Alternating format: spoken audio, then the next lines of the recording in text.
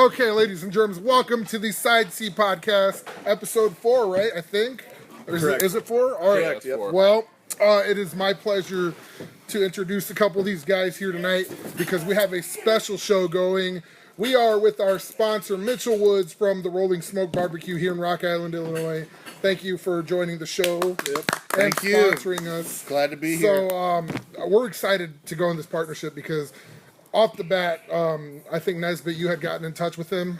Yes, I did. About doing something like this, and he said you were all game. And when we came to meet with you, you were really enthusiastic about all of this. So Absolutely. we're excited to have you. We're excited for you to host this tonight. Again, and we have a little bit of a crowd here, so This is weird. This is weird. Yeah, I know. It's kind of weird having people stare at me, but anyways. So thanks for coming, guys. We appreciate it. And I think one of the first things we got to say is again, thank you very much, Mitchell Woods, for jumping on the show, not as a sponsor, but as a guest and a friend of the group's. I'm glad it's what you guys are doing. I just got caught up on all the podcasts. It's right up my alley, man. I love what you guys are doing. Good to hear. So thanks. You're the one that adds the sixth view to all our spots. Not only is Mitchell Woods is he a member and a sponsor of us, he was the first person to call me a star effer on our group. Yeah, Sake of the flavor. That works too. So, but hey, and that brings us to our kind of our next thing that we kind of want to dive into because we got a couple new sponsors. We have the pool man, Mark Reedy, in case for all of your above and below ground pool needs. If you want to get a hold of him, I know that season's coming up. You got a pool there, Nez. So. Yep. He was the savior to my pool liner. That's how I met the guy. Oh, there you I go. had a tree growing through my pool, and he came in and saved the day. How does that happen? So I don't know, but this man fixed it, and that's how he became my best friend. Well, if you need to get a hold of him, it's 309-292-8486. So that's the pool man. So thanks for jumping on, Mark.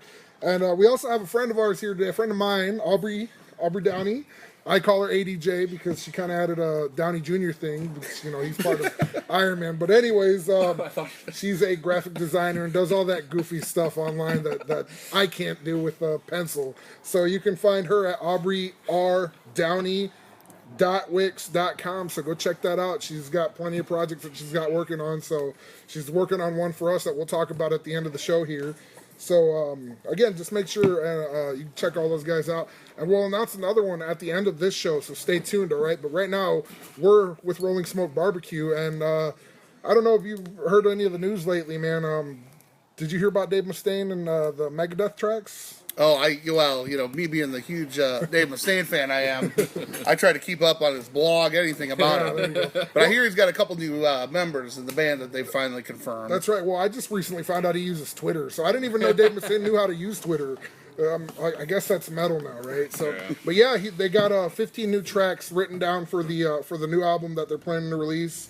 And they added to the lineup Kiko Loureiro. I don't know if I'm saying that right, but he's a guitarist for Angra, and Chris Adler from Lamb of God on drums.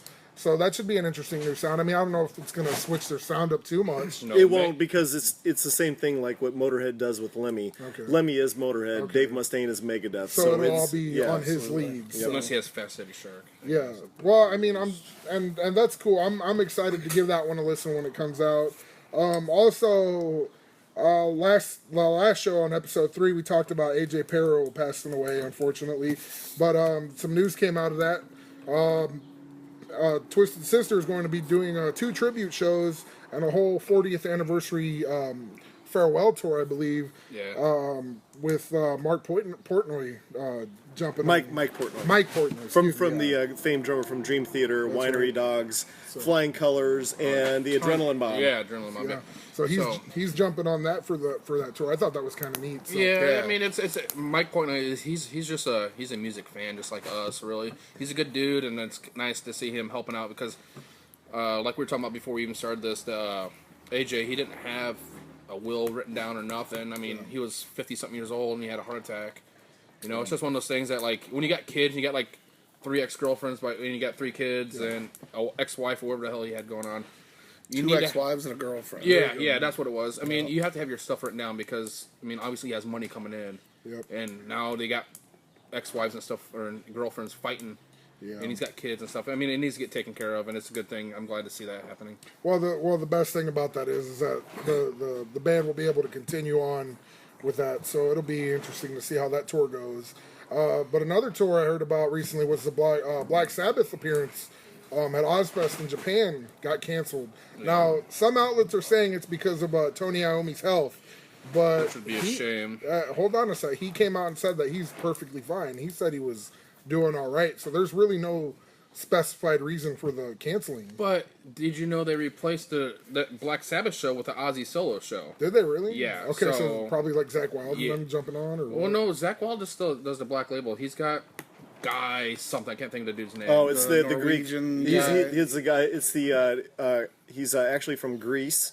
I can't think of his last name. Is Gus Gus G. Gus G. I can't think Yeah. of his last name. It's some type of elongated Greek last name, but he is Ozzy's official lead guitar player right now. Interesting. Well, I mean, I just thought that was kind of interesting to note because I didn't even know Ozfest were still going. I just thought he was just doing random appearances here and there and shows, as far as yeah. anything of his single stuff or Black Sabbath stuff. So that's pretty interesting. Now Sharon will put that moneymaker out till it Yeah. dries up. Get man. out there and work. I don't care for the wheelchair. I need my mom. My Yeah. money. So I mean, I think they'll probably make a shit ton. An ton of money. Yeah. We are trying to be a little bit more cleaner on the show for PG-13. PG-13. So ABC Family. pardon my French if it drops every once in a while. So, Alright. so hey, first off, let me just say the topic of this show this week is replacement lead singers. So I'm excited. I did my homework. We all did, and I think Jake, I think you should take this little bit of news here because it kind of rolls into what you got brought to the table. Yeah, today. actually it does. Skid Row fired, replaced, however you want to look at it, Johnny Solinger. They got the guy from TNT, unfortunately. Everybody's kind of hoping that it was going to be Sebastian because that would be the time for that door was open for like 15 hours or what it was. It was really quick from the time they announced Johnny getting fired and hiring Tony Harnell from TNT. It's one of those things that, like, I don't know. Skid Row to me will always just be Sebastian and the guys. Sebastian's voice is on every single hit they've ever had. It's not like AC/DC where you can split up the hits and you can take a camp thing, or with Van Halen you can have Van Hagar or Van Halen, however you want to view it. Mm-hmm. The Skid Row, it's always just been Skid Row with Sebastian. Yeah. And you replace them like 15 years later. It just... They're never going to have they'll never have another hit song. They never will, because they just play, like Sebastian says, they play bowling alleys and any place that'll hire them. If they got Sebastian in there, they would sell out. They put him with another package arena. Festivals, They would arenas. They would bring in money. And the same thing with Axl and the original Guns N' Roses. It'd be the same deal. Well, it's funny that you say that because I went to go see the Rat, Sebastian Bach, Lita Ford concert down at the Iowa Wireless Center. I believe it was 2 years ago. Victor gave me free tickets to it. Yep. It was on my wedding anniversary, and my wife sat home. She was good enough to sit home that night. I took my son to it. Oh, cool. Which it really didn't matter. And taking him to the concert didn't Yeah. really matter. But basically what I'm trying to say is that majority of the people there were for Sebastian Bach. Even though the sound was terrible for him, the sound guys, Yeah. tech guys were not good for Sebastian Bach No. at all. But what I'm trying to say is that even though Rat was headlining that tour, Sebastian Bach was what everybody was wanting to go see. That's what I was there for personally. I've seen Rat before. Rat's got a nice catalog of hits. I mean, that whole show of them was nothing but his. And had Juan I can't pronounce his last name, the bass player. Juan Croucier. They had him back, and that helped 95% of that Yeah, show. he's a real good pocket bassist. Yeah. Right for their And sound. he was amazing. But the reason I was there was to see Sebastian. You said the A word.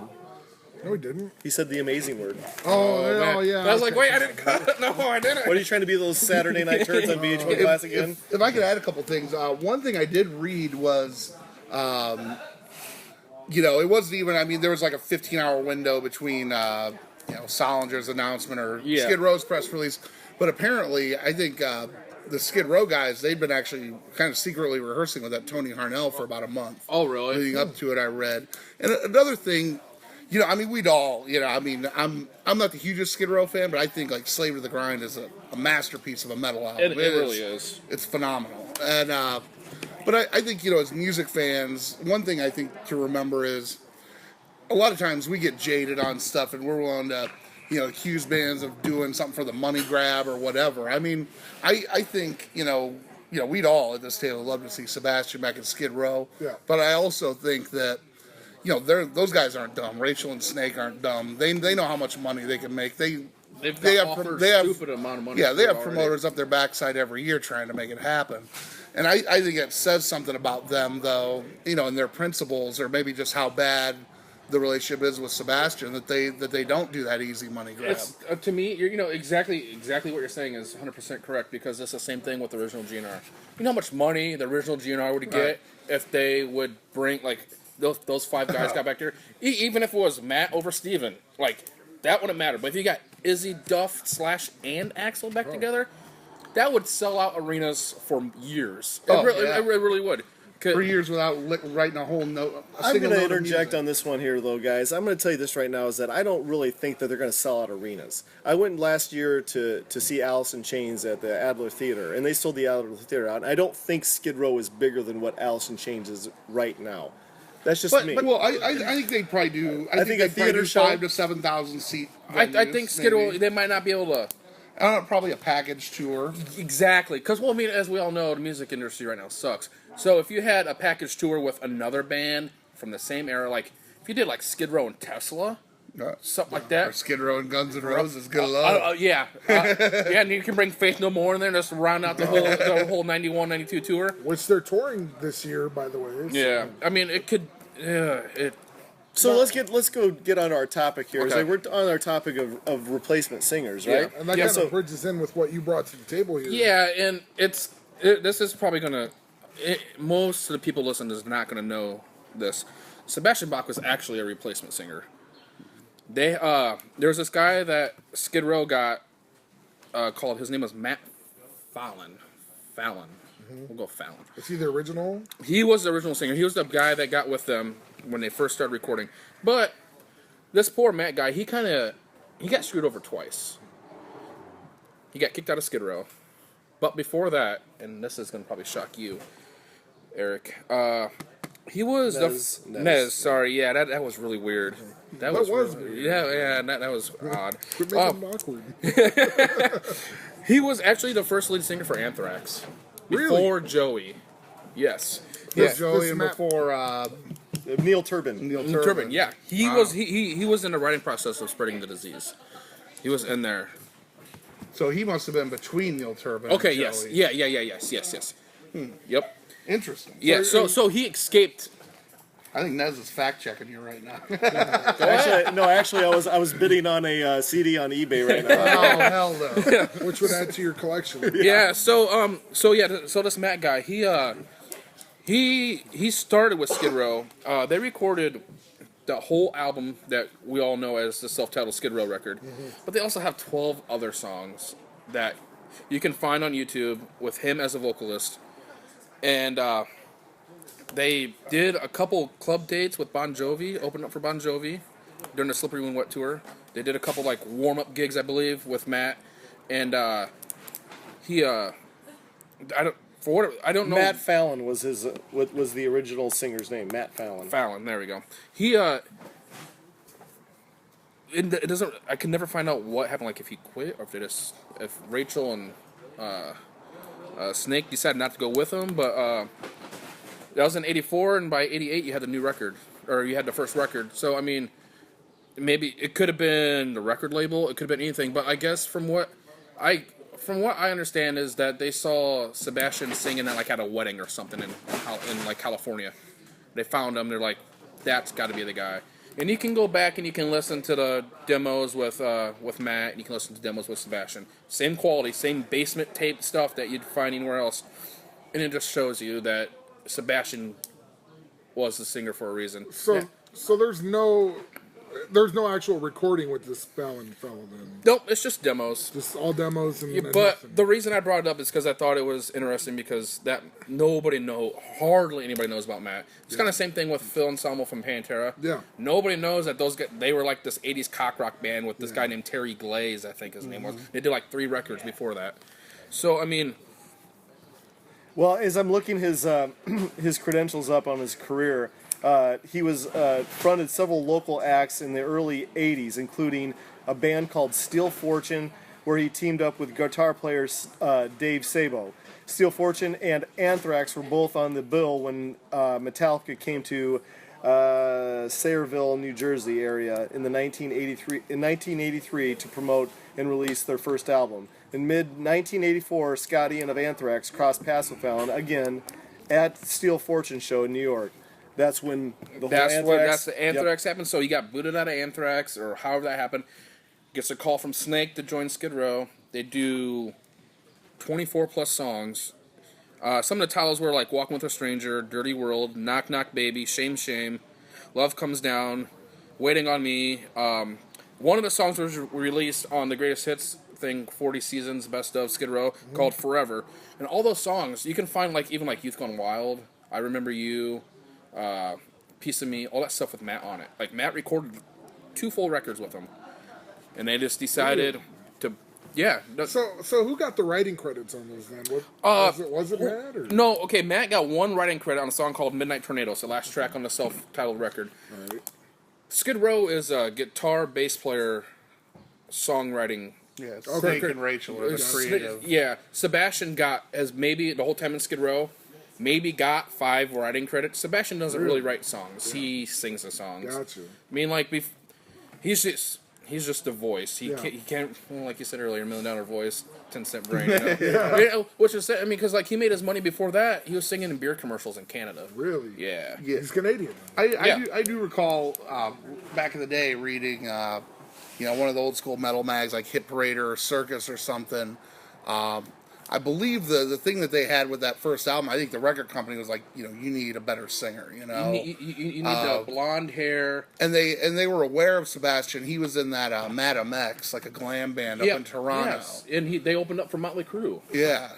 And they were aware of him, and I don't know who put that together, but I know he was flown in and basically just opened his mouth and got the gig because the guy's got pipes from hell. Well, yeah, he's got lungs of an enraged gorilla. I love Sebastian, I really do.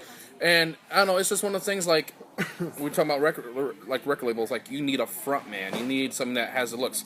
Matt Fallon just looks like he looks like he'd be in Anthrax more than a Skid Row. Right. So and when you're like when MTV's pumping all this Skid Row type of stuff, you need that look. Unfortunately, and maybe that's why I get to. I never found out. I looked and tried to find out if it was Matt that quit, if Snake and Rachel booted him out, which is probably what it was, because Snake and Rachel, Skid Row is their baby, and nothing's gonna stand in the way. Obviously, they'll kick out somebody that's been in the band for 15 years after. Well, because they've had 3 replacement drummers in it, or 2 replacement drummers, because they had multiple. Yeah, Phil Verone from Saigon Kick, right? Yeah. Yep. Well, Dave Gara, I think. Yeah, and then they got some Hammersmith guy now, and they had obviously the original guy. I can't think of his name. Rob. Alfuso, yeah. Well, the reason Phil got that gig in the first place is because he was in a punk band with Rachel called. That's right. They had a side project. I won't be able to think of it. But yeah, that's how Phil got that job. But now Phil's in a luxurious lifestyle, living the porn dream. Yeah. Blocking us on Facebook. Oh, there you go. He did. He blocked us on. He blocked the page. He blocked the page on Facebook. Well, Phil, I wonder what appendage he used to hit the block button. I asked Phil Verone to be a member of the Quad City Music Lovers, Collectors, and Traders, and he denied the request. And then I was like, blocked. so then when he did that, I unfriended him, because in order for me to accept him, listen, I'm not starstruck, and I'm no star effer. That's Calm down, now. Kind of sounds like a little 16-year-old girl. So I mean, that's my little replacement singer thing. I mean, like I said, there's a whole record of Skid Row's first record Skid Row stuff that nobody's heard, but it's demo form. If you can stand listening to demos, if you're a music fan enough to sit around and listen to demos. A lot of it, I guess it's all hindsight's 2020. A lot of it, if you replace it with the original Skid Row stuff, minus the hits, like "Can't Stand the Heartache," that song's terrible. Take that song off. You can put any of those songs in. Like even that song "Forever," they released on Greatest Hits. That song should have been on the record. So you can, I mean, I'm curious to check them out. Yeah, it's really cool listening to like "Youth Gone Wild" sung by somebody else. Yeah. Mm-hmm. In a basement in 1983 or 4 or wherever it was, and Now, Here. Nez, do you think this would be something you could probably find on eBay? You think? Well, what I've found out on eBay is that you can literally, if you wait in a one calendar year, you can find anything on eBay. Gotcha. If I could find D.D. King, D.D. Ramone, if I can find that on eBay for a reasonably price, you can find literally anything on eBay. Just you got to keep your antennas up at all times. Yep. I mean, when you got the stuff up on YouTube already, I mean, you can get like Yeah, you somebody. can watch anything. I mean, you can get you can get the CD sent to you by somebody who did a computer copy off, Yeah, printed off. Which before YouTube was a huge thing. Yeah, I did that all the time. I got bootlegs like up the wazoo with like, printed off computer paper where the ends are folded in to fit inside the jewel case. Yeah, yeah. It's like I got a bunch of those because that's what I want to listen to. Yeah, that know- was the way of trading tapes back in the day. Yeah. I think I don't know. It's a really cool story. I actually kind of feel bad for the guy. Getting booed out of two really successful bands Yeah. for whatever reason and not making it. So Yeah, it kind of, that is interesting because I didn't know any of that stuff about. well, there's a lot of people that don't know Sebastian was a replacement singer because Yeah. it's the only voice you ever really associated with Skid Yeah. Row. But it just goes to show that sometimes, the looks have something to do with it. But I think he's 100% better singer than that guy was for those songs. Yeah. He had the high. He's 100% better singer than most people in the genre. And to be fair, he still got it. Like, I don't know if you're going to agree with me or not. When we just saw him a couple years ago, his big thing was, though, instead of, like, holding the high notes, he just screams it now, and, like... Well, but- he's not 22 years old anymore. Exactly, and that's I think that's something that's lost in a lot of critics, that, like, you're never going to hold that voice for that long. You never are. So, it's just one of those things. I don't know, I think it's really cool to listen to, something different, like...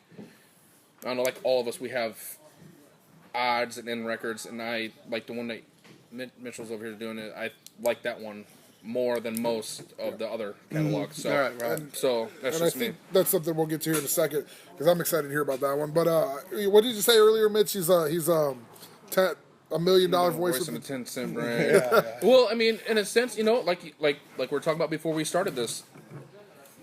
It's if it was just about making the money, we'd have a Sebastian Bach Skid Row reunion. If he was more so easy to get along with and hang out and party or whatever, you'd have a Skid Row reunion. Yeah. But I think he's okay with the party, I gather. Yeah. It's just a Hey, hang he's out got somebody thing, that agrees. Yeah. Is I'm the just, trouble. the thing is that it's too bad because after the whole slave to the grind thing, it's hard to take Skid Row seriously for not having Sebastian Bach because people don't really realize is that Sebastian Bach wasn't Skid Row, but people identify Sebastian Bach as being Skid Row, and that's because the he was the sucky thing. voice of the '80s music videos Well, when he saw the end of the '80s. Yeah, but I mean, like when you saw music videos, it was his face implanted in your brain, and every single video they had. And it's no different than the whole Janie Lane Warrant thing. Yeah.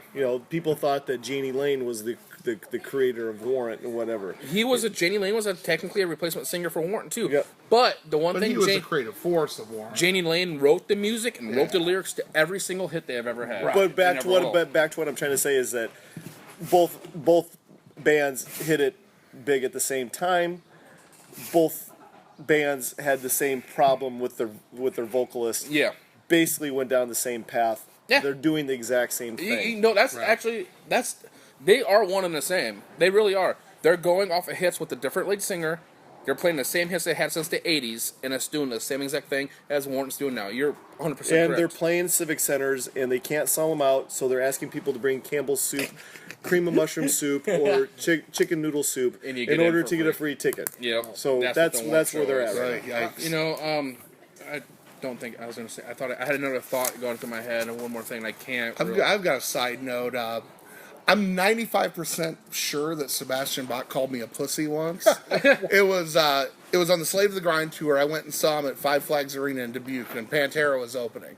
Yeah, that's And, a shit place to see a concert too. Oh, yeah, did I but- say the S word? Yeah. Did. Come on, Nez. Yeah. Ding. But, I thought, just real quick, I think it's funny that Pantera opened up for Skid Row. Yeah. They They were that's so such a maybe not Slave to the Grinding. they were Cowboys on in the Hell. Vulgar tour. It Yeah, was- which is really insane. which Skid Row was great live, but I mean Pantera, they were so animalistic. They just blew me off stage. But we're getting off topic here real quick, but Hold on, let him finish here what okay. he's going to say. But I was down in the pit, for Pantera and just and I stayed down there for a while with Skid Row. I had a couple buddies who were up in the stands on the side, so it kind of got to like one of my sticking points I hated about Skid Row was I hated in the Piece of Me video where they do the simultaneous headbanging thing at the end.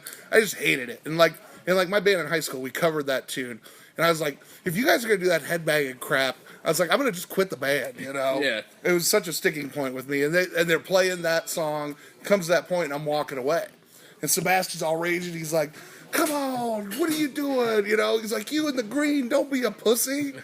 And I'm like, "We're green." Wait a second. I'm the one wearing the green. Oh, You anyway, jerk. what were you going to say, Jake?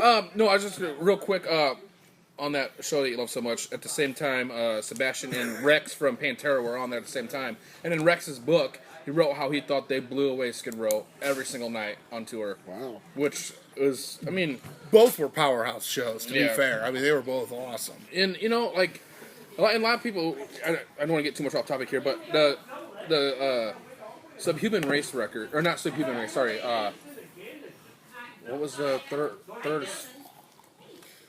I'm drunk. Oh yeah, it was Subhuman Race, the third Skid Row record that nobody heard.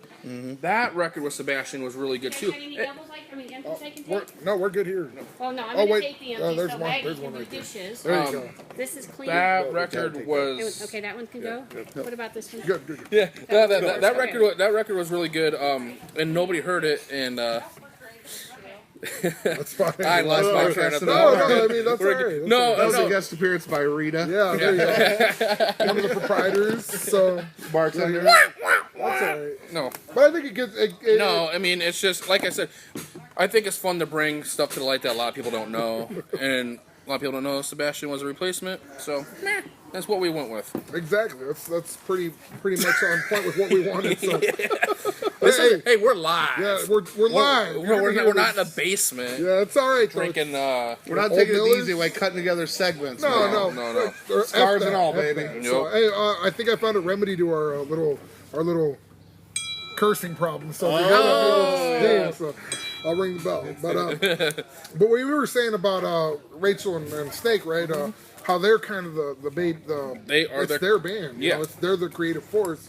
Kind of bridges into mine because Okay, yeah. mine is pretty notable for them being the two, obviously the namesakes of the band and whatnot. But I went with my replacement singers. I went Van Halen, but I didn't go the Sammy Hagar way because everybody knows about Hagar and everybody knows about how he was pretty much the epitome of the replacement singer for Van Halen. But I went with Gary Cherone on this album because Van Halen 3 was the album. And, a lot of people didn't really care for the Cherone, era because it only lasted, 3 years, I think. But the way he came about that was that the Van Halen manager, Ray Daniels at the time, he was also the manager for Extreme, which, if you know Extreme, Gary Cherone is the frontman for Extreme. So, they're a New England band, they're up from Boston, and they're known for their More Than Words song, so that's their number one, yes, with the lighters and the ballads and stuff. It's pretty rocking ballads. So, that's how he got in touch with them. The manager suggested, hey, let's bring him in for an audition. They brought him in. I guess Eddie and Alex enjoyed, his work ethic, they enjoyed his lyrics and decided to go with him for the new album because this is all post Hagar. I guess, as a lot of you may know, the Van Halen brothers don't really have that good of a track record with their lead singers, although they are back together with Roth now, but that's a different story. But didn't go very good with Sammy Hagar. So, like I said, they went with Cherone releasing an album in 1998 with Van Halen 3, which actually, it didn't do too bad. It hit number 4 on the Billboard 200s, and it had one hit single Without You, and when I was giving this album a listen, I was like, oh yeah, I remember that. But a lot of people aren't big fans of it, and I was kind of on the boat for a while, which I'm not really caring for anything other than David Lee Roth. I warmed up to Sammy Hagar eventually, but after giving this album a listen again and again and again, it grows on you for a little bit, but it's something I wouldn't want to keep listening to, on and on, because I felt that Sharon was trying to. Yeah, it says here he was influenced by Roger Daltrey of The Who, Steven Tyler of Aerosmith, and Freddie Mercury of Queen, which, those are pretty nice influences and all, but I felt that he tried to do too much mixing of the Roth and the Hagar style. Like, if you listen to it, I feel that it's a mix of those two, that he's trying way too hard with that. So Well, and here's the thing.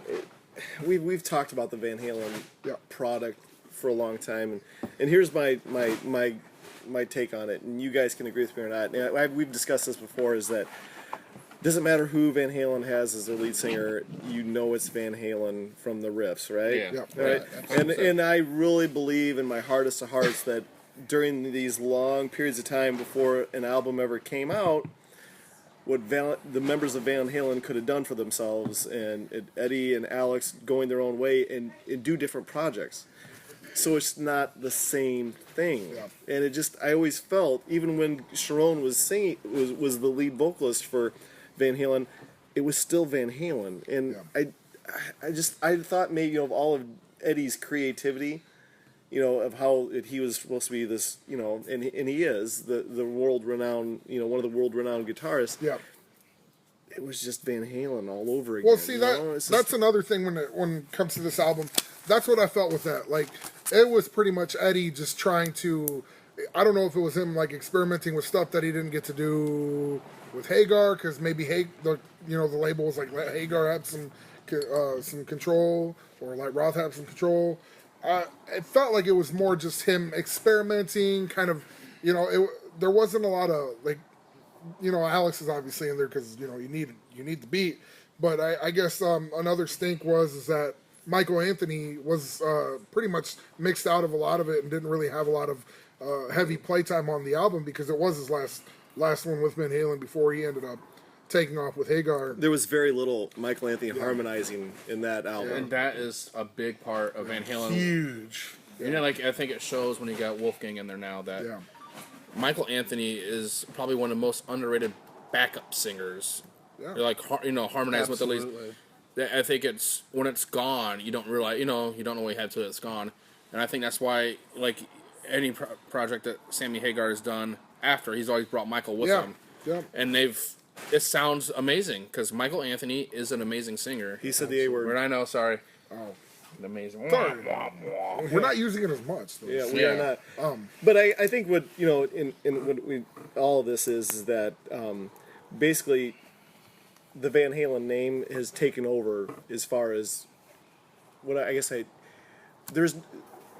the Eddie and Alex creativity, and it's more obviously Eddie's creativity more than anything else, and it's everybody else has got to follow suit. And I just think that is what is handicapped or crippled or whatever the band, because it's not what it used to be, and of course it shouldn't be because they're much older now. All right.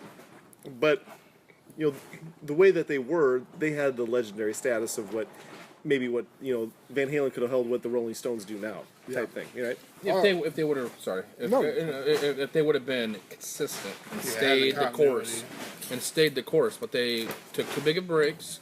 Like we discussed this a little bit, I think it was 2 episodes ago. The only band that's ever got away with that is AC/DC. They can come back with a vengeance. Being gone 5 years, they can replace their drummer, they can replace rhythm guitar player with another family member, and it still do just dandy. Mm-hmm. And it's got the same guitar player. You know what you're getting. Van Halen, for whatever reason, Van Halen doesn't get that same leeway that AC/DC has and will continue to have. This will probably be AC/DC's last tour. This might be Van Halen's last tour. But AC/DC will always continue to do better for whatever reason, Van Halen doesn't get that same leeway. Yeah, and the thing that surprises me the most is that the tour was pretty successful too, because you know, Sharon kind of tapped into some things that Hagar wasn't doing. He wasn't singing a lot of the Roth era Right. stuff, and you know, obviously because he had his own stuff. They came out with like 4 albums with Hagar, so they had plenty of material for that kind of tour. You know, Best of Both Worlds, Best of Drive It Down, whatever, any of that stuff. OU 812. Yeah. But I think a lot of it was the fans were enjoying that, being able to hear the original stuff with Eddie on the guitar and doing all that stuff, and Sharon trying, you know, with the Roth songs, and that's why I was just like, man, you know, people you know kind of S on this album a lot, but it actually did pretty decent. But according to Eddie, not enough, you know, for him to keep in the band. Yeah. So, you know, Sharon said he left amicably, but you know, there's always conflicting reports with those brothers. You know, a lot of it negative. But he says, you know, I was watching an interview with him from a few years ago. He says he doesn't really talk much with them, but he still keeps in contact with Michael Anthony. I guess Hagar and Anthony, you know, with their the other half is what their side project is. They brought him on, you know, perform with them a couple times, and he's even started his own other projects aside from Extreme Reuniting. He did Tribe of Judah, which was the sound was interesting. I listened to a few tracks of them, but that consisted of Steve Frolazzo, Mike Mangini, Pat Badger, and Leo Malice, and that was the first post Van Halen side project for Gary Sharon. And then you know, they tried to reunite Extreme. But Nuno Betancourt, he went to he played for Rihanna on her tour. Did you know that? Yes, he did. That's crazy. Yeah. Like Yes, I he was did. like, It's the moneymaker, though, man. Yeah. That's one of those things. so that's why they had to postpone the Extreme reunion. So he ended up coming out with another band called Hurt Smile, which consisted of him, his brother Mark, Joe Pescia, and Dana Spellman, which was I guess it was a little bit more like funky hard rock kind of deal. So I mean, I haven't listened to it, but I wouldn't mind. You know, I'm not a huge Extreme fan, but it'd be cool to listen to these extra side projects that he did, and then listen to the new Extreme stuff because they did have a new album and all that stuff. So you know, it's just a lot of people don't really care for that era, but you know, me being a Van Halen fan, I think it's, you know, I don't want to, you know, S on it. I don't want to, you know, diss it because it happened. I mean, Right. he's one of only 3 guys that have fronted Van Halen, you know, having such a, you know, somewhat of a, I guess, a legendary stature.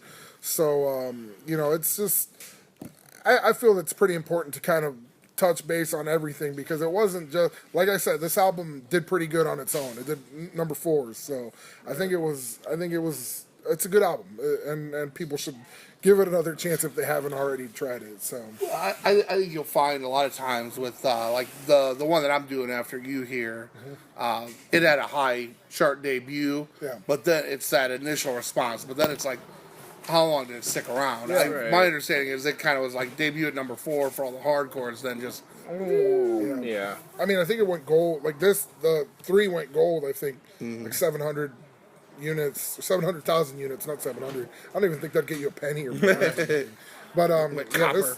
copper. This one went gold, and I think it just didn't meet Eddie's standards of being double platinum. Well, if you guys didn't notice, excuse me, that they did not tour on this album. They played a couple of shows over in Brazil and South America and whatever else. And MTV, when this album first came out, Yeah, when I what was is my first year of being a PE teacher, I had Jake as my student. They showed the live concert in Rio de Janeiro, whatever Oh, else. wasn't it Australia? I think it was Australia. Okay, if it was Australia, but they did show something from Rio de Janeiro as well. So it was one of the two. Okay, whatever. Gary Sharon, he was doomed because he was already pigeonholed that he had to sing Roth songs and he had to sing Hagar songs, Which and are they totally different. and they sang very little from that Van Halen 3 album. I only That think would've maybe been- possibly 2 songs. Probably would've- without you. and then what should have been, would have been, could have been the lead up single after that, the follow up. Yeah. You know, and real quick, there's something you're talking about, like how Hagar. This is kind of off topic a little bit. How Hagar didn't really sing very much of the Ross stuff. Yeah. That's because Hagar thought Ross lyrics were terrible. Did he really? Yeah, There like you go, yeah. I got my back against the record machine. You know, he said it was terrible. He said I wasn't never gonna sing it. You know, so I mean that's just Well, he actually, Sammy Hagar did sing "Jump" live. in yeah, Chicago. Oh yeah. And- He and it- did like 2 or 3 Ross songs, 2 or 3 Sammy songs, and then rest were Right. Van Yeah, Hagar or whatever. I saw him on the OU812 tour, and Oh, cool. I think he did at least a little more than a handful of Roth era tunes. I mean, I know he did "Jump." I know he did "Panama." Yeah. I'm pretty sure he did "Ain't Talking About Love." Yeah. It's hard for me to place her. I'm not a Van Halen fanatic. Well, he said in interviews he thought "Jump" was one of the best written Van Halen songs ever. He said he loved singing that song because he just saw the crowd just get up there, you know. Yeah, I Oh remember no, Panama. Maybe it was Panama. Panama. I think it was Panama. That's a great tune. Yeah, and I think he said that like that's one of his favorite ones to sing because the reaction from the crowd was just Yeah. phenomenal. So I mean, it's like it's probably like one of the most, if not the like essential Van Halen song that you're gonna get a reaction out of anyways. So. right. But you know, the tour. You know what? I think the tour was more notable for Alex wearing that damn neck brace the whole time. You guys remember that? Because they did tour and he was wearing that because he got in like an accident or something, or he I fell. think it was on the Balance tour, the OU812 tour, that he was actually on that. And then he was wearing it for some of those performances in Australia and Brazil and stuff. They play such few live shows that I really can't say yes or no to that. I remember him wearing neck braces for, I think it was OU812 maybe, or something like that. Yeah, I thought that probably got more attention than the Sharon stuff did, but you know it's cool to check out. It's cool to listen to some of his other projects, and I guess now and it dips into doing like a Legends of Rock maybe. Like I know Extreme is on a card festival that has like I think it had Rat, I think it had Karabi there, I think it had like Poison, Skid Row. It had a bunch of just like these old school bands that it actually looked like a fun concert and like Night Ranger and stuff that had all these old school 80s Legends bands and stuff that fit into that, and it probably would have been cool to catch that show, especially seeing Extreme and stuff like that. So as far as I know, he's doing pretty all right nowadays, and he doesn't mind jumping into that stuff. So I'm gonna throw in my 2 cents. I like Van Halen. I respect their back catalog. Mm-hmm. I'm not a Gary Cherone or Extreme fan at all. I mean, I just kind of find him to be very vanilla. But Exactly. But the thing is just as a funny aside, I'm not gonna kick him and I'm not gonna bag on him. Yeah. Because the biggest reason why is I don't know if any of you guys are aware of the website Metal Sludge. Yes. yeah, I think Well, Metal Sludge, they have a legendary chart that I'm not going to call it what it is, but it evaluates the size of guys in bands. Yeah. And we're not necessarily talking about their height or their biceps. And There goes the ding. ding. before we even get into And let's just say Gary Cherone just, I pity the man. I pity the fool. yeah, there you go. Well, hey, that's So you got to kick a man when he's down. yeah. Right. In more ways than one. Well, he did enjoy quite a bit of success with Van Halen, so good for him. But yeah, let's move on because like I was mentioning some of these bands, I said a name in particular that you are covering right now. So what would that be, Mitch? That would be Motley Crue 1994 album, or as I call it, Motley Karabi. After Dr. Feelgood and Decade of Decadence, they were on the road for a lot of years, and they were kind of breaking apart with Vince Neil. They were actually in rehearsals for what would be that album, and it kind of came to a head. It's like Nicky has one story, Vince has another. Supposedly Vince wasn't showing up for rehearsals. Nicky says Vince quit. Vince says he was fired.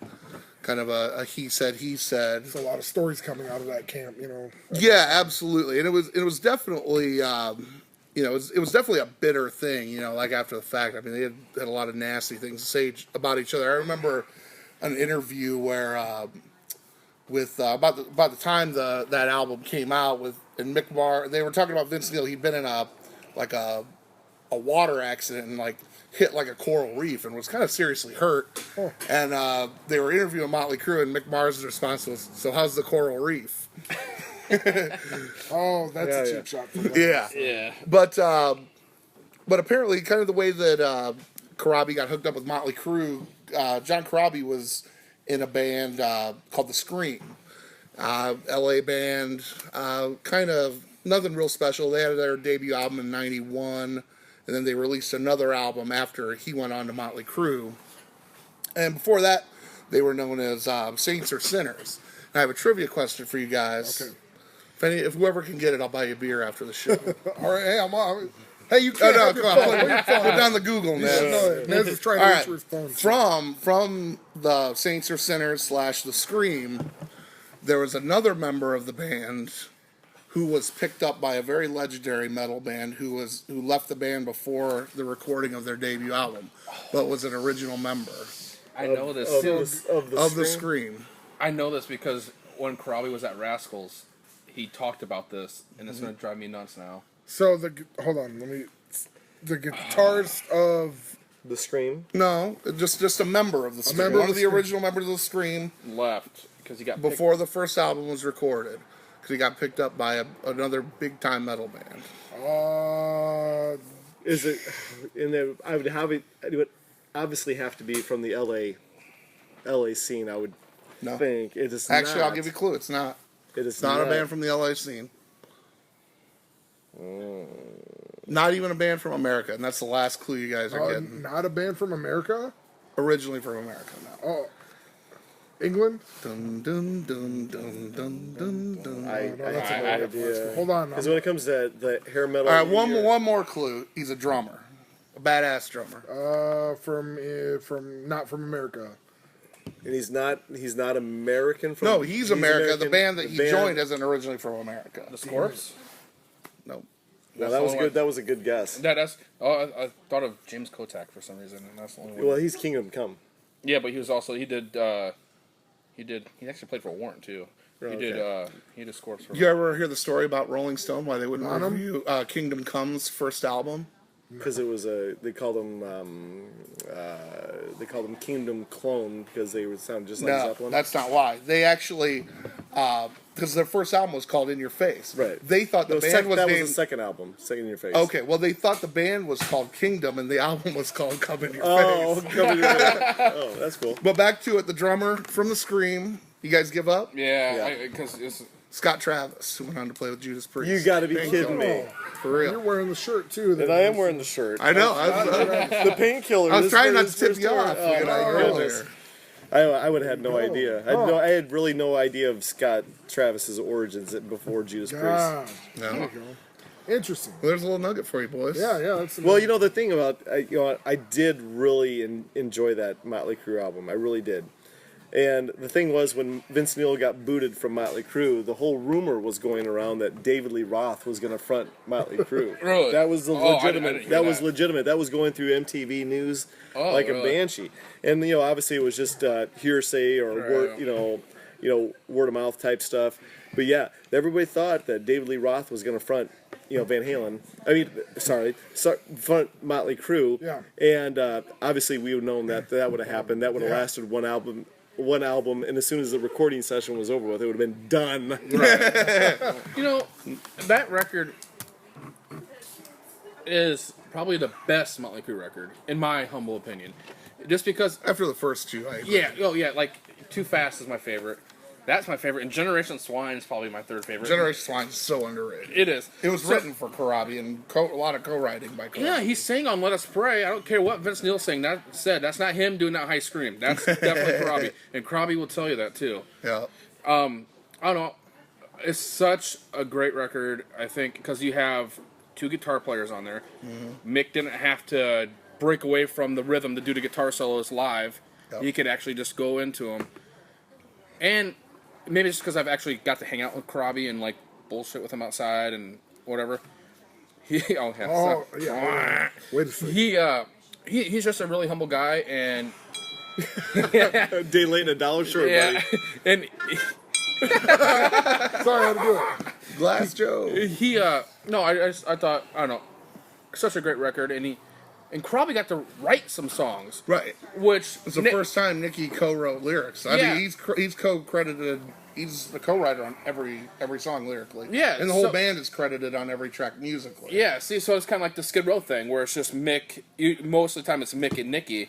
With Krabi came in, it gave you another guitar player.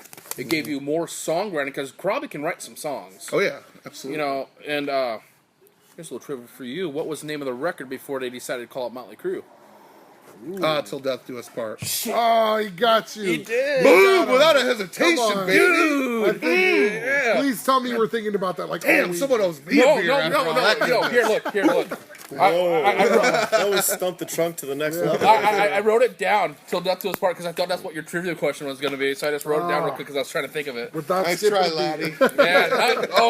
That was awesome. Bow down to him, Jake, because that is what we're here for. Yeah, that's See, awesome. that's what I'm talking about. See, I think the key thing with the Motley Crue '94 album is I think it was definitely a departure in sound. I know a lot of the cynics were like, "Oh, you're jumping on the grunge bandwagon." I don't think it had a grunge sound at all. No. I think it was just more of a mechanical, straight ahead, hard rock It metal. was less of a album. party record. So- It was Right. less about girls, Of the girls, tone of the girls. lyrics. It was less about girls. It was more about Uncle Jack molesting kids. Yeah, Karabi's Uncle Jack. Yeah. being a child Seriously, that's what molester. that song was about. Well, let's do So- some comparisons since the Krabi Motley Crue album was in between. How would you guys compare the Karabi Motley Crue album to Dr. Feelgood? Less polished. I hope so. Hold on. I'm sorry. I hope that picks up. So, Yeah. Yeah, Anyways, go ahead. they're coming to get me because We're my live trivia in Rock knowledge should be Island. illegal, baby. No, So, I mean, what do you guys think about between the Karabi album and the Dr. Feelgood album? I think. Well, first off, if anybody knows anything about the, this is awesome. Yeah. If Rock anybody, Island representing. if anybody knows anything about who produced the Dr. Feelgood record, Bob Rock. yes, garbage man. Overproduction. Yeah, overproduction. Now, when I was a kid, I thought Dr. Feelgood was the best record ever. At the time for what it was. But you go back and listen to '94. That record's just. I think it's more honest lyrics. Nikki Sixx for Vince wrote songs that Vince could sing, and he wrote songs to where it's Vince Look that sold it. Girls, Girls, Girls, Wild Side. All that stuff was written for Vince, for him to sing. And you bring in Karabi, who he wrote about his personal stuff. Vince was just a surfer dude in shorts, flip flops, and sandy blonde hair, and wanted to go Right, outside right. and hang out, drink a beer. That's fine, but that's what the Motley Crue logo and brand became, was a party band. Let's hang Right. out. Let's see how many drugs we can do. Let's see how much whiskey we can drink. Nicky always had his serious songs on every album. Oh yeah, you Dancing know? on Glass, on Girls, Girls, Girls. I think like the biggest difference is like after Shout of the Devil, Motley Crue's biggest problem. I love all the albums. I love Motley Crue, Yeah. but I think Theater of Pain, Girls, Girls, Girls, and Dr. Feelgood, they're about peaks and valleys. You have songs that are just like bam, just like rock your face off, but there's a lot of filler on all those albums. Even Dr. Feelgood, which is kind of like I know like sonically kind of their masterpiece well, they had in ways. 11 single But songs they around got them, stuff to me, Sticky Sweet.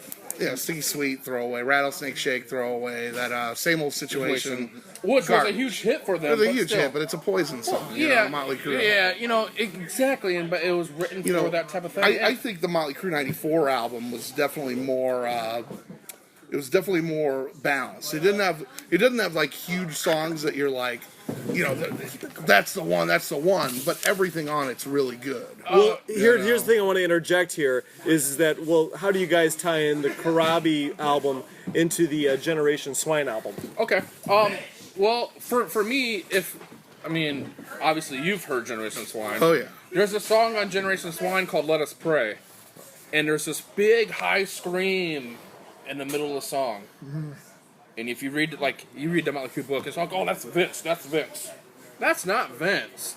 That's definitely Karabi. And Karabi got a writing credit on that one, I believe. Karabi got writing credit on a couple songs. Because Karabi, they had a whole record done called Planet 9. And it was all done, and then they decided to go back with Vince. But, I don't know. Well, like, they started like the Generation Swine thing before that, because the Motley Crue album was a bust. Yeah, it really was. Yeah, compared to it was- other Motley albums, like yeah. it debuted at number 7, then just plummeted. Yeah, Right, it it had, got like, certified gold. Hooligans Holiday 2 and months. Misunderstood. But they also, at the time, they got no support from MTV because No. they were doing an interview with the band, and Nicky didn't like the line of questioning. So he told the interviewer, he's like, "You're asking dumbass questions," and the band walked off. So all their support from MTV went out the window. Yep. Warner Brothers at the time, they were in a big transition of transitioning CEOs, so they didn't really get tour support from them. And so basically they were getting pressure from the record label after that album to bring Vince back, and both sides were adamant. It's like, no, we're not going to do it. Right. They start moving ahead with Generation Swine. It was all written with Karabi in mind. Yep. He's got a lot of credits on there, and they went into the studio with Bob Rock, and and everything just kind of started falling apart because one, they were like, well, we don't want the polished sound of Bob Rock, so they fired him. Yep.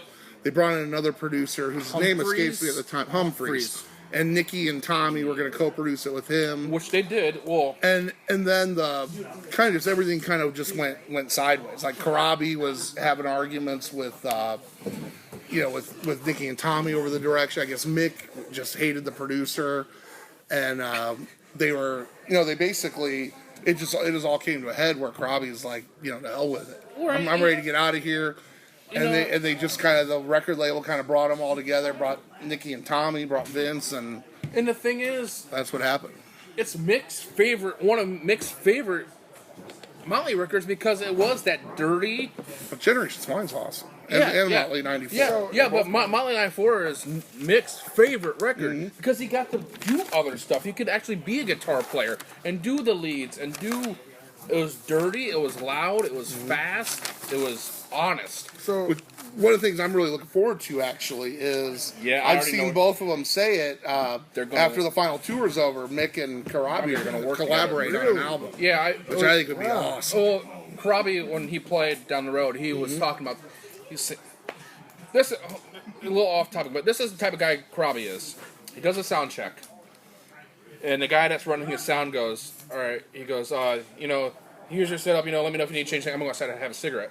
Karabi goes, "Well, just hold on a second. I'll go out there with you."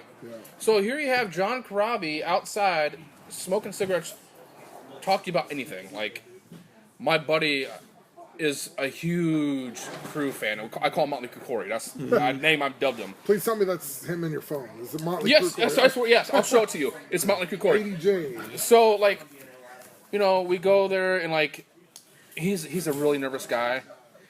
He's like, "Hey, I got some stuff. We go have him sign it." I'm like, "Yeah, that's fine." So Karabi's just hanging out, signing stuff. Brought up some Union stuff for him to sign, some Motley stuff, whatever. We're just talking, and he's like, "No, like we're best friends, like we've been friends for years." Yeah, I gained 20 pounds this week because my friends are cooking out. Because he lives in Nashville, so all he wants to do is sit around, drink Coronas, and eat food. He's a super cool guy. I think that record got crapped on too much by fans, but moron fans of Motley Crue, because Yeah. So, the thing is, with that album, Karabi, he went on after that. It's funny because, 10 years later, 2004, he joined forces with Nicky again to do the First Brides of Destruction album. yeah, But stuff went so bad with him on that. He was basically the second guitarist. He should have been the singer. That London LeGrand they had, garbage. man. Once they went on the TV shows and did live performances, man, he couldn't sing to save his life. And Shut the up. yeah, and Karabi basically just said, the whole thing was just a cluster. Then they got Tracy Guns to play guitar for Well, him. no, Tracy was original. He was Right. the original lead guitarist, but Right. Karabi was just a rhythm guitar player. Right. And he just kind of had enough because he was like, Nicky told me everything was going to be like that Motley 94 album, a group effort. And that would have We're gonna been do this. The Brides of Destruction. We're going way off here, but the Brides of Destruction record, super good. Oh, I agree. But I don't know, man. That Karabi record gets crapped on, and it shouldn't. it's definitely it really is. This is the best Motley record. So was there only one with Karabi? Yes. Okay, Yes. Yes. Kind of with the Yeah, they call it. I don't know. They call it Crew 94 or Motley, whatever. Motley but- Karabi. Motley Karabi. But I mean, you ask the die-hard Motley Crue fans, Yeah. they'll tell you that's one of the best records. You listen, like if you run up to if you go to a show at the Mark and you run into Motley Crue fans, ask them what their favorite record is. It's gonna be Oh, yeah. Dr. Feelgood. Yeah. Or what's the one with Home Sweet Home on it? That's one I like. I love the one with the masks. Yeah, Oh, yeah, all right. yes. One thing I thought was actually really cool was I went in November and saw Motley Crue on the final tour, and I thought it was really cool that because I'm just like there's going to be no Karabi represented, but during Tommy's drum solo, Oh, man. he had a sample of Power to the Music going, Yes. and was drumming to Yes. it when he's on the roller coaster. I was Yes. like, that's cool. That is pretty awesome. One thing I think it sucks about the hardcore Motley Crue fans is that they neglect the '94 record and they neglect New Tattoo because it's not all original members. New Tattoo is a pretty good record too. It's not bad. I don't think it hangs with '94 or No. Generation I'm Slime. not saying that, but like for you're going on your farewell tour, I want to hear one of those songs played live without Samantha Maloney on drums. That's all I'm saying. Interesting. No, I went to go see them in Des Moines too. So that effing coaster was pretty sweet. So That was awesome. I think it was one of the best shows that I had seen in a while. So, it's just a lot of showmanship with those guys. Now, was Karabi more known for like kind of screaming things instead of like singing things? Like he went with all edgier. Not really. I mean, Vocals or no? I'd say he was pretty, like, if you listen to that first album by The Scream, I mean, he's pretty, I hate to say because I think he's a great vocalist, but it's pretty par for the course for that era for, 91 LA music. Gotcha. Yes, definitely. Well, Yes, definitely. He's more of a squelcher, wouldn't you say? Yeah. His vocals would get up all of a sudden. He'd Yeah, he's squelch. got that nice raspiness and. Well, I'm just gonna go ahead and say it that Nez, I think I mentioned this to you. It was a little bit dangerous trying to get these guys, because I know you guys can probably go all day, maybe even all week, maybe even a whole episode on your guys' zone with this. But I just learned a lot. I've heard about the Karabi era. I didn't really listen because I'm not. I mean, I know all your crew standards, but I'm not big into what happened and what. So this is all pretty solid and new information to me. So thanks for bringing that, Mitch. But I feel that, do you ever think that there's going to be like a compilation type deal with all the stuff, including that era?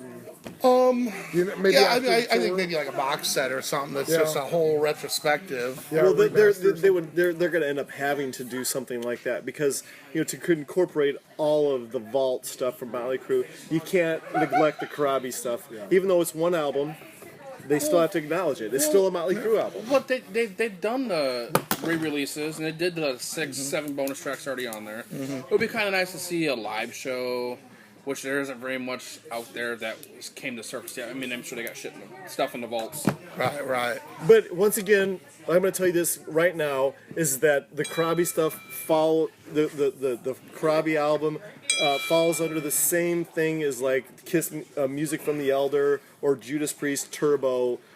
Anything like that it's like they consider that their hiccup, even though it's a great album. Van Halen 3. Well, Van I Halen, think they the consider Motley it a guys take hiccup pride album. in that album, though. To this Yeah, day. right. And like I said, Mick Mars, that's his favorite record. Commercially, your Rolling Stone journalists or whatever else, or your whatever your internet journalists are going to call that their hiccup moment. Right. And I find the hiccup moment to be the most interesting moment in most of the band's history. I don't know about you guys. That's how I feel. I think One of them, yeah. Yeah. Really quick shout out to those guys that came in earlier. I will say we'll bring them on in a little bit, but our engineer and our producer Jeff Hyman is over there along with some other buddies. So thanks for coming out, guys. Got some beautiful Along people with sitting all- here. God, definitely got Beautiful some people. better looking than we are. So,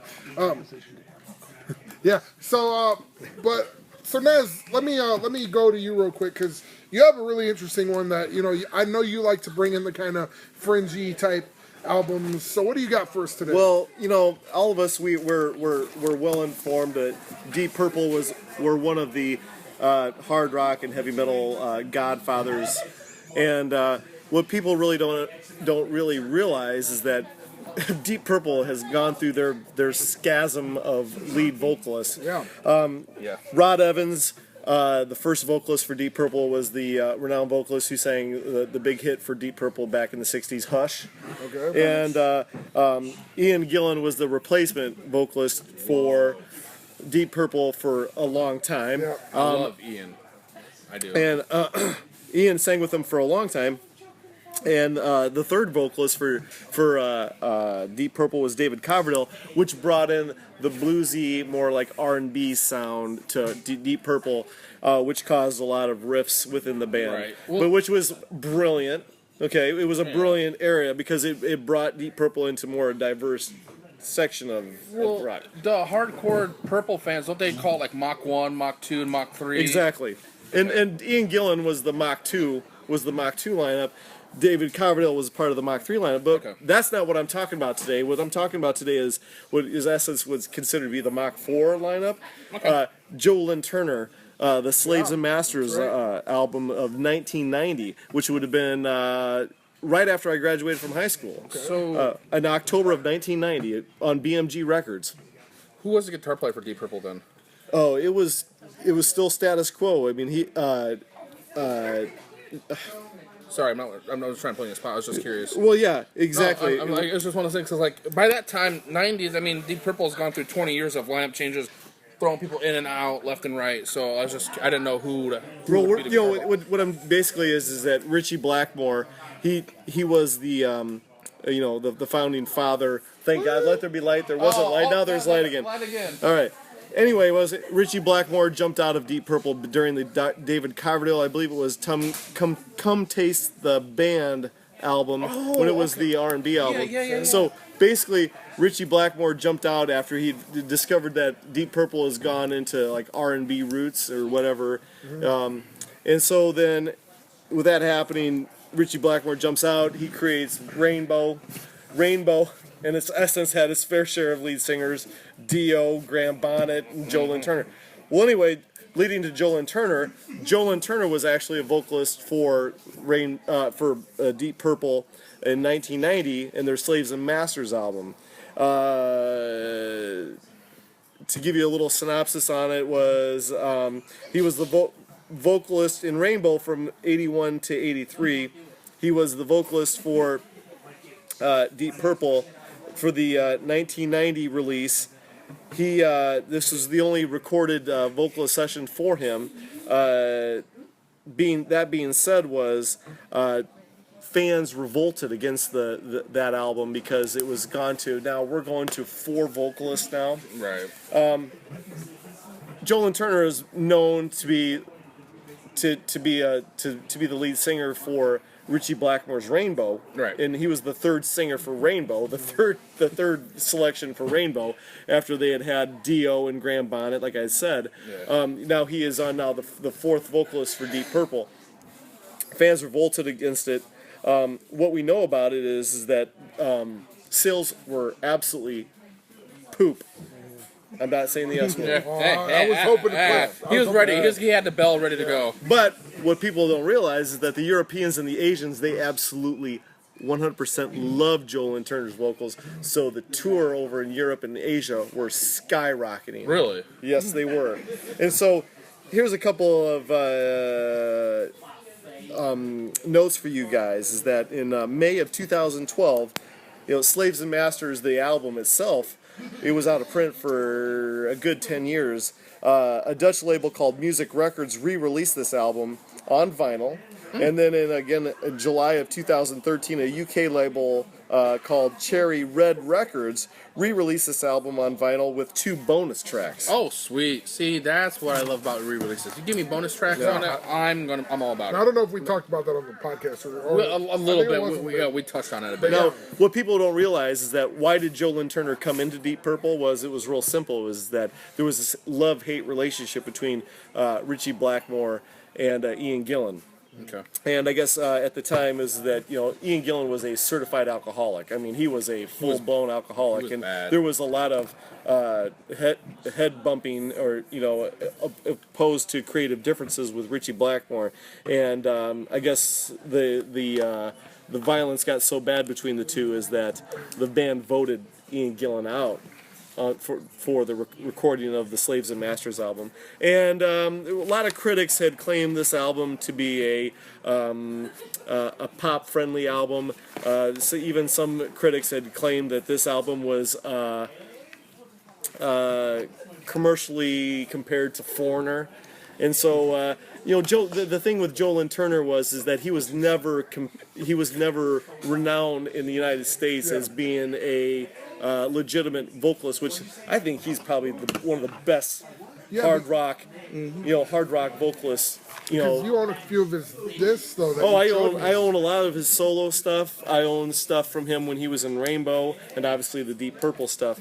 So that being said, is that the Deep Purple purist didn't really consider him to be a true Deep Purple member.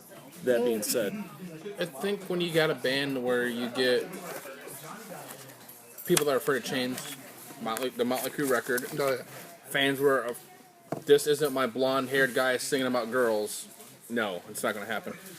Same thing, Well, and this is where I'll interject on that is that Deep Purple fans should have been really used to right when you go through your fourth singer, yeah, you're right. So, here's my question I'm going to pose to you guys to kind of wrap this one up. Do you think it's the purists of the bands like Motley Crue, the Van Halens?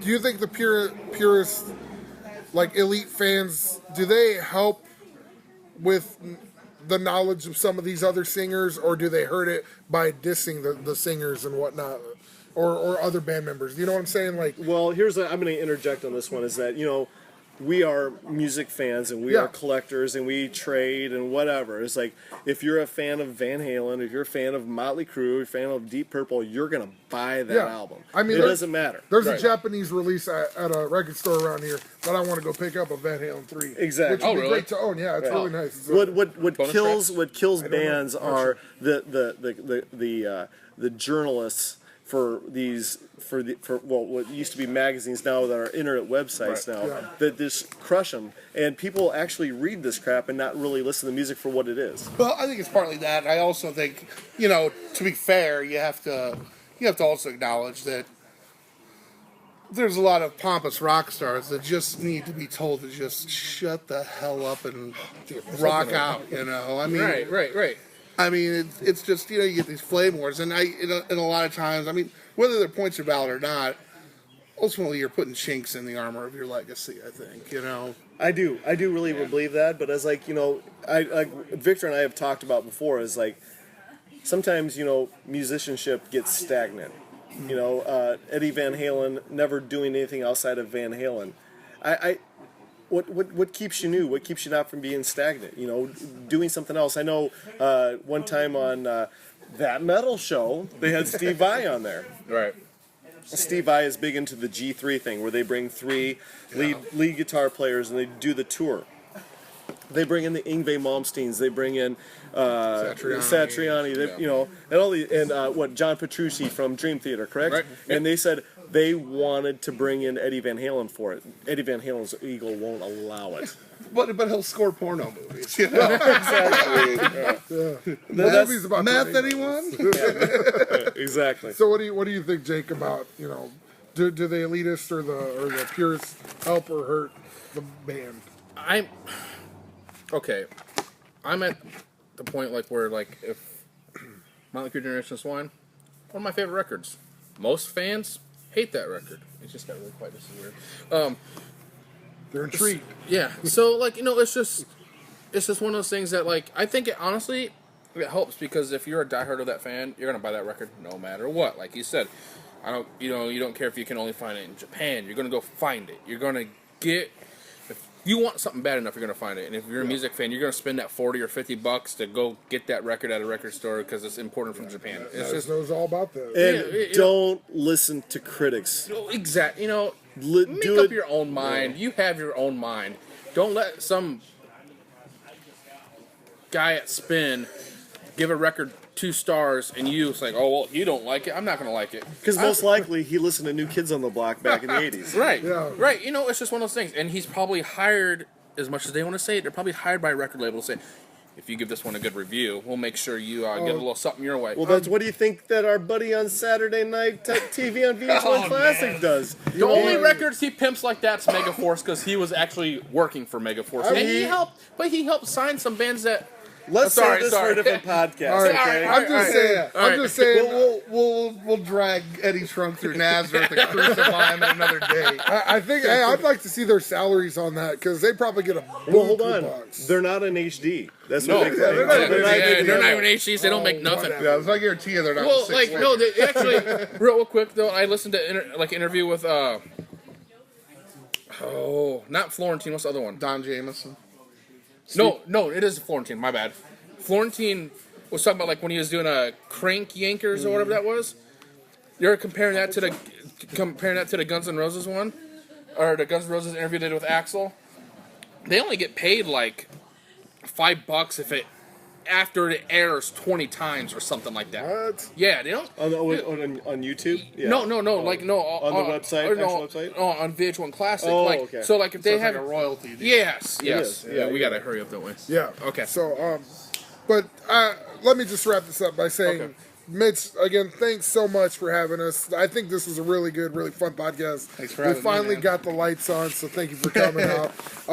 Real quick, I want to bring on the man that makes it happen, the guy that is a freak in the sheets with the computer. So I mean, I am not touching his keyboard. no, I'm sorry to put you on the spot there, Jeff. Jeff Heineman, our producer. see if I help you anymore. Yeah, no, we might not even have a show up tonight. But I'm saying our buddy Jeff Hyman with, I don't know if you have a production. Should we just keep you at Jeff Hyman right now? I mean, Yes. Cube no. Productions, I Cube guess. Productions, all right. Yes. But he's the guy that gets the show up for us, so thank you for that much. oh, you guys Very you much do a so. great Thank job, you. dude. Thank Yeah. you. Yeah, it's up. And it Glad you sounds guys good. like it, so. So yeah, thanks a lot, man, and we're hopefully we'll have you on as guests too, because I know you have a couple of interesting tastes. Aubrey, thank you for coming out. I'm gonna Thank you. plug you again.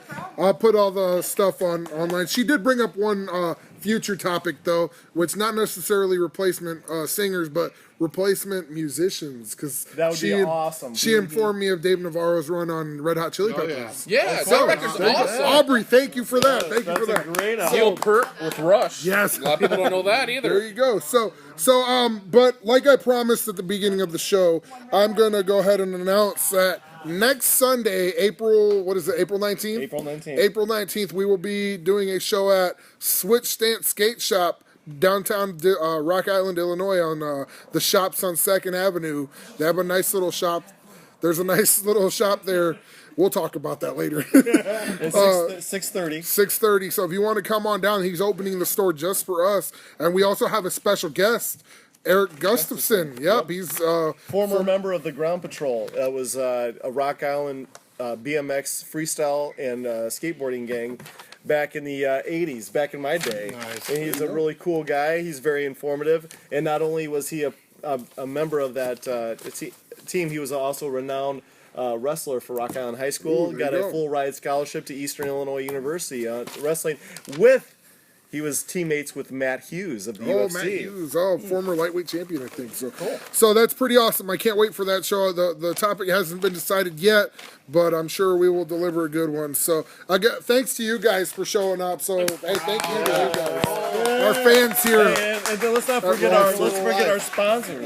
I'll pay the bills right now for all your above and below ground pool needs. The Pool Man, Mark Reedy, 309-292-8486.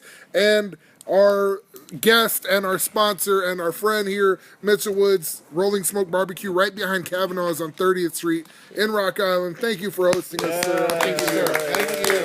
So, make sure you guys check into the Facebook page to see when we'll be back up here again so you can join us for a few different things. And let's hope a waitress doesn't come in and take our That's beautiful. She's the man. proprietor. So. Yeah, she, Hey, you know what? She's just a bartender. That just shows you how I don't know. It's just fun that way. You'll I'm I a fan can't of it. Jeff, I can't too. wait to listen to this I'm because a fan of having an audience. yeah, I'm gonna hear the stuff in the background. I'm gonna be like, holy shit, that's awesome. Oops, sorry, ding.